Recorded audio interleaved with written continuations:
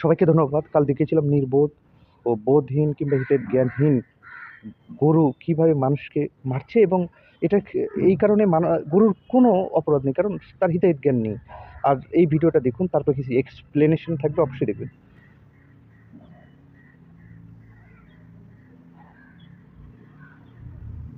এই অমানুষটার অবশ্যই বিচার হওয়া উচিত, কারণ এই গরু নির্বোধ এবং বোধহীন তাকে বেঁধে রেখে কিভাবে হাতুড়ি দিয়ে মারছে, এর বিচার অবশ্যই হওয়া উচিত। এবং এ ধরনের কর্মকাণ্ড কিভাবে করে যাদের মন মানসিকতা এবং তাদের চিন্তা ভাবনায় নিকৃষ্টতম, এ ধরনের মানুষই এই ধরনের কাজ করতে পারে। দেখুন, গরুর বাচ্চা তিনি কি অপরাধ করেছে, অপরাধ করলেও করতে পারেন, কিন্তু সেক্ষেত্রে মানুষ তাকে কিভাবে পরিচালনা করছে সেই বিষয়টাই বিবেচনা হবে যে এ গরুটা কতটুকু অপরাধ করতে পারে। তাকে, তার বোধ নেই, সে করতেই পারে। তাকে যদি বেঁধে রাখেন, সেভাবে রাখেন, সেক্ষেত্রে সে অপরাধ করবে না।